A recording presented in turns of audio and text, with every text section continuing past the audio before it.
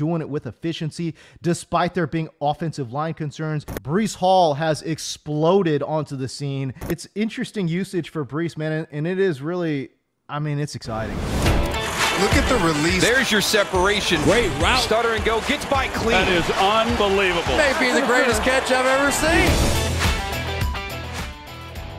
We're going to talk Breece Hall, too. We've got to talk about Breece Hall. We're talking about dynasty. We got to talk about these rookie running backs. Hey, you know who is not a goofball? Is Breece Hall, man. And we've got the perfect guy to bring onto this podcast. When we're talking about Breece Hall, let me tell you right now. 18 carries, 97 yards on the ground. Two receptions for 100 yards. My dude almost dropped a 200 spot. Breece Hall did against Miami. 69% of the snaps there in week number 5. It's increased every single week since week number 2 when he played just 27% of the snaps. A lot of hand wringing in the fantasy streets. Let me tell you, I was extremely worried after week 2. I'm like, oh my God, is Michael Carter really going to be the guy rest of the year? No. Breece Hall has exploded onto the scene and now 4.9 yards per carry on the season, too. He's doing it with efficiency, despite there being offensive line concerns, offensive concerns. Yeah, is he going to get the ball? Doesn't matter. Breece Hall has been doing the damn thing. Double-digit PPR points every single week and absolutely went crazy, Zach Miller, there in week number 5.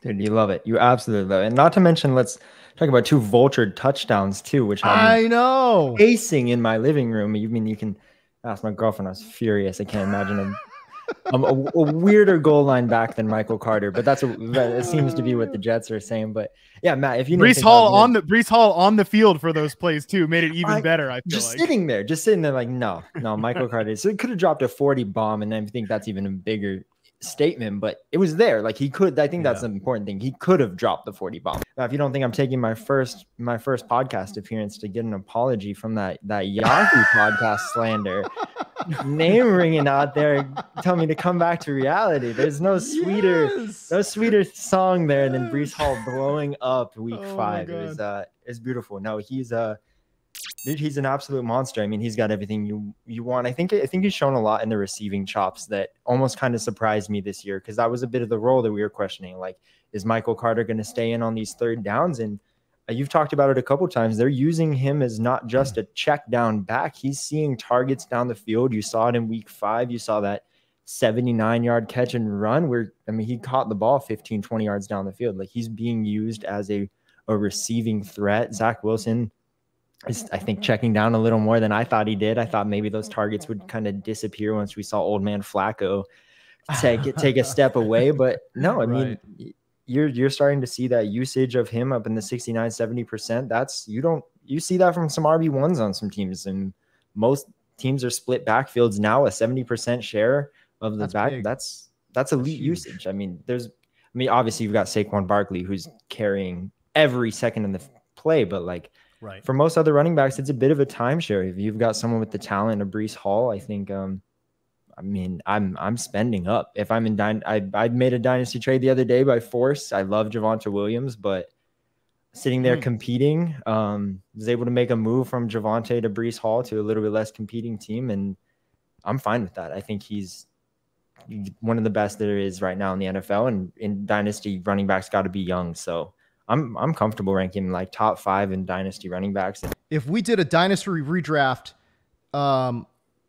today, Breece Hall's got to go 1, right? Who are you taking above him? I mean, that's what I'm saying. Who are you taking above him? You know, it's like George Pickens, Dameon Pierce. No. You want a young, explosive running back. Breece Hall's got to go 1 overall if we're doing a dynasty redraft today. But Matt, go ahead. No, I think you could advocate for Drake London, but I think the answer is probably Breece Hall. And to be fair, I don't want to be painted as some kind of Breece Hall hater. I would have taken him 1.1 in any rookie draft back in the day when those were happening. I agree with you that in any sort of obviously like revisionist history with hindsight, for sure he should go 101. Even though I do think there's a conversation with Drake London, but yeah, no. Actually, Zach, ever since I went on the Yahoo podcast and slandered you, by the way, was mostly pointing out that it was a very strange nit to pick, and blowing up not that you knew this, but blowing up my phone as I'm going to dinner with my wife about, you got to be ranking Breece Hall over Dameon Pierce. What's wrong with you? And I'm like, Look, come back to reality. They're in the same tier. The point of the tiers is to not fight me when they're in the same tier. Yes, but exactly. Pretty much ever since Zach, advocated for, I'll call it advocated for Breece Hall, in that way, I've started to pay more attention, and I've been trying to get people to care about this in my Yahoo columns on the Yahoo podcast. Like, this guy's air yards per target numbers are insane. He's at 5.3 right now. I started geeking out about it 2 weeks ago when he was at like 4.04 in air yards per target, which I know that doesn't sound like much, but for running backs, that is insane. The only guy that ever is even close, like even in the neighborhood, the zip code of 5 air yards per target since like 2015 is prime David Johnson, who I think his career average is like 3.4. Breece Hall keeps going up, right? It was at 4.0. I have this like memorized, right? He was at 4.04 when before Zach Wilson got in there. He went up that next week, and now he's over 5. So, and you saw it last week. That was the big play against the Miami Dolphins. I mean, 2 catches, 100 yards. It's insane what he's doing right now from a receiving perspective.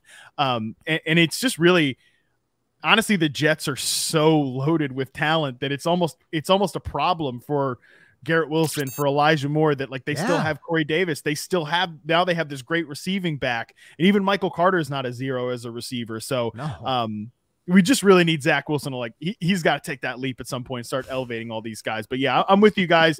I submit, Zach, I should have never been so hard on you about the Breece Hall text. You talk about those air yards, Matt, and it's like, of course, when you think of receiving backs, one of the elite receiving backs in the NFL, Austin Eckler, your co-host on the Yahoo pod. But Eckler, for example, his ADOT is negative 1.48. Yeah. You know what I'm saying? Like, it's because, like, yeah, they actually still do run him out routes as well, right? Like, they can move him around the football field.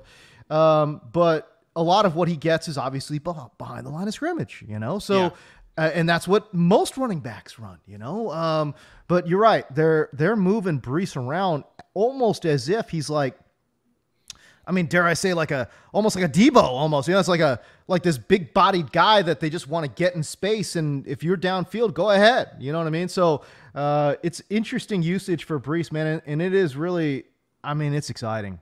It is really, really exciting to see what's going on there. By the way, just for context for listeners, because I know geeking out about air yards per target for running backs, it might seem weird. James is right. I mean, even just to be in the positives is absurd. There are only 10 running backs that are over 1.0 air yards per target. There's only 3 that are over 2. One of them, weirdly enough, is Samaje Perine, but oh my God, the Bengals. And he also doesn't have like a ton of targets, but you know, Travis Etienne's at 2.6. The great Alvin Kamara is number 4 at 1.7, and like 1.7 for running backs. Like, wow, that's a lot. So yeah, it's nuts what Breece Hall's doing right now. In terms of like what type of usage that means, James mentioned, they're making an active effort to get the ball in his hands in like real scenarios. They're not just handing it off up the gut 8 times a game. They want him in space, and that's what you want in a player.